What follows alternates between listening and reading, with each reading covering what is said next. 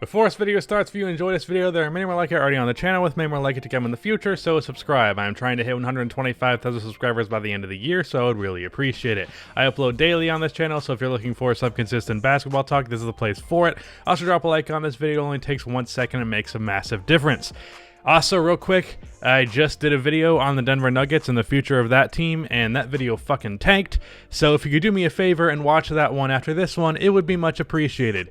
And as you can tell, I didn't really feel like getting dressed to record this video, just because the only time I ever get dressed in anything other than pajamas is to record videos, and it's depressing. So I'm just giving up on that for today because the Miami Heat once again lost to the Lakers, and I'm kind of depressed that the finals have come down to this, where it just seems like it's going to be this very boring, like the series is over immediately type of series, and it kind of sucks that we got to here where it's just a blowout every game, and that's not an indictment on the Lakers, it's just they're so good and the Heat are not on that level. But let me go over my notes from this game, as I'm going to be doing that for these other games. If Game 3 is a loss for the Heat once more, you're not going to be seeing a video on that. I will do one once the series is over in Game 4, or if there are games that the Heat do win.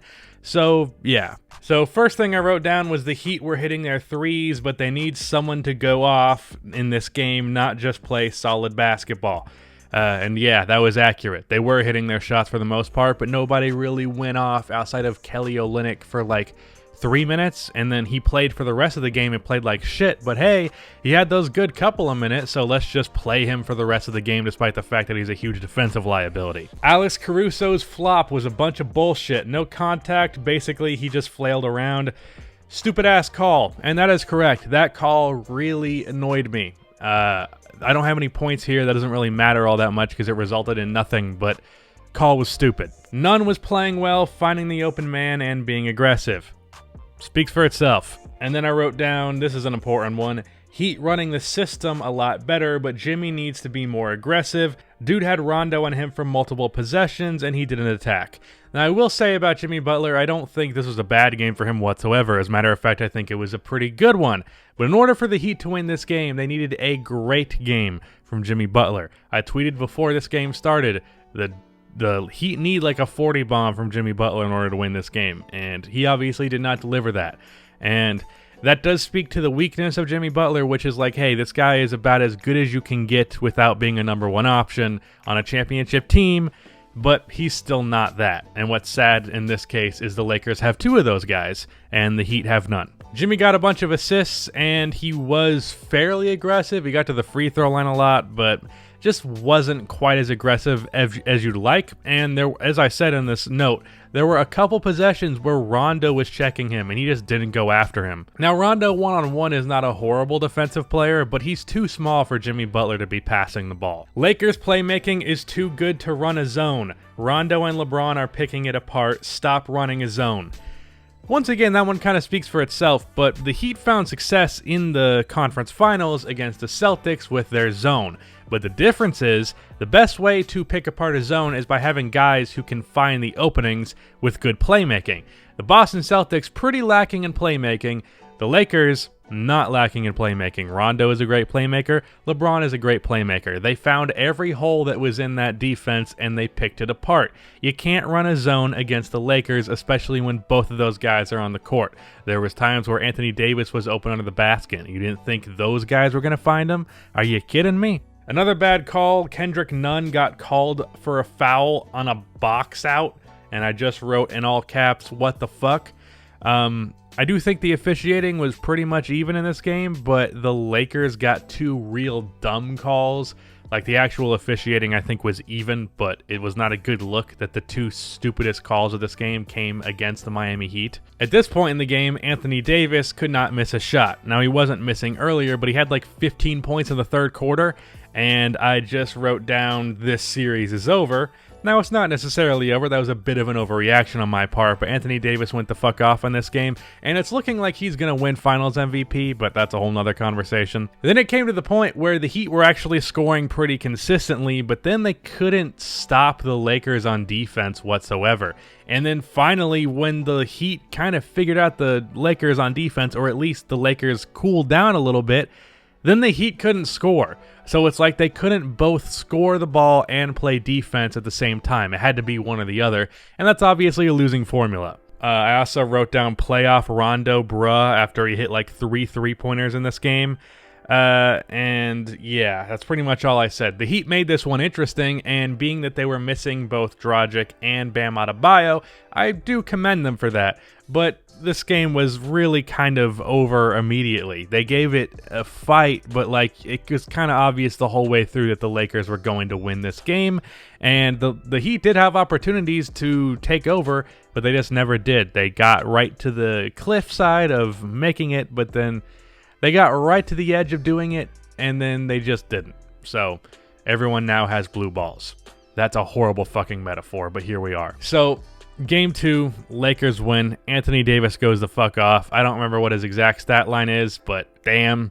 LeBron had a pretty good game. I do want to address that because last game when I did this commentary, I said LeBron had an all-right game after he had 29, 13, and 9, and like I meant that. He had an all-right game for LeBron. 29, 13, and 9 is ridiculous for 99% of players, but this is LeBron James we're talking about. And if someone called me a LeBron hater because I said that stat line was fine, when in reality, I was complimenting LeBron because that stat line is just fine for him because he's that good. Shut the fuck up.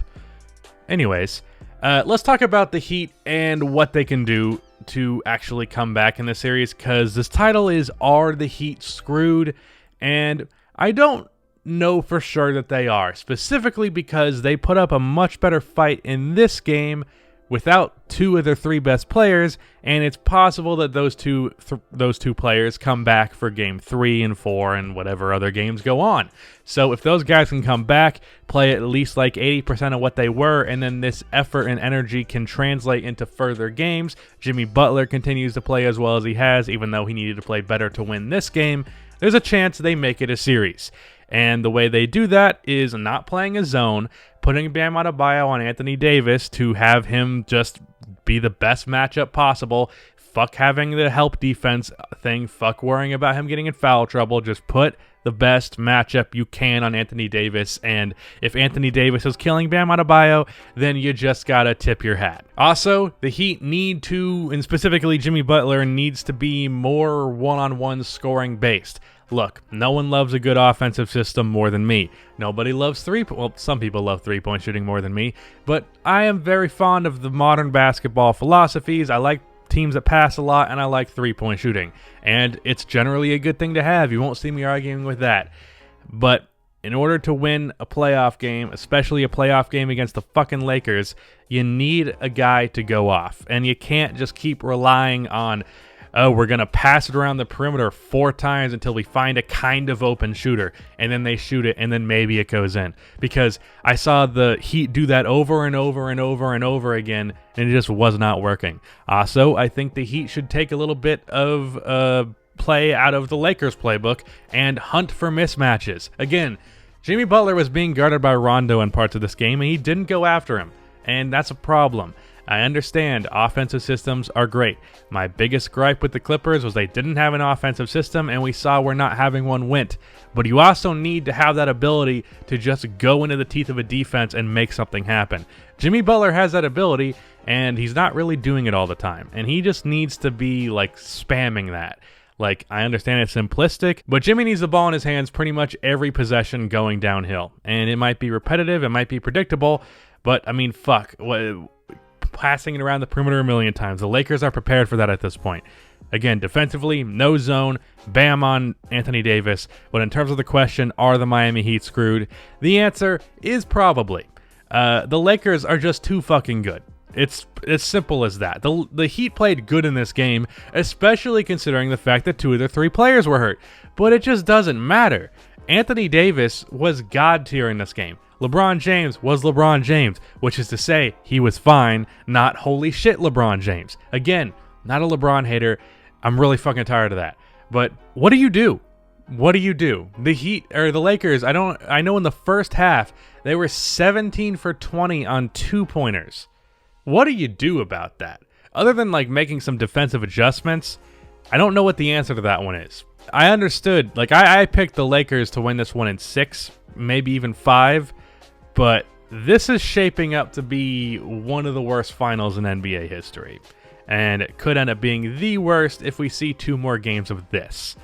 The Lakers are just way outmatching the Heat, and I gotta wonder if this was inevitable with every team.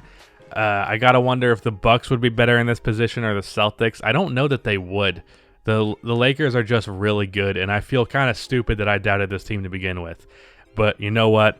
I still get to make a living talking about basketball, so at the end of the day, I'm satisfied. But yeah, the Lakers are really good, and I'm going to have other videos talking about this run for the Lakers and probably this eventual championship. But they're probably my favorite for next year, barring anything crazy happening. And yeah, the Miami Heat are probably screwed. And that's not to say they can't win a game or even 2 in this series, but not a good start. And you got to hope Dragic and Bam can play Game 3 or at least Game 4, and that they can play those games well, because if not, this is going to be a sweep. But yeah, that's all I have to say. RIP to the Miami Heat organization. Not really. They have a fine future, but they're not winning this championship. Shout out to my pajamas. I wear these for 90% of the day and then get dressed for videos, which is, that's life now. Yeah, I'm rambling at this point. That is the end of this video. Please be sure to like and subscribe for more NBA content like this, and cue the outro music.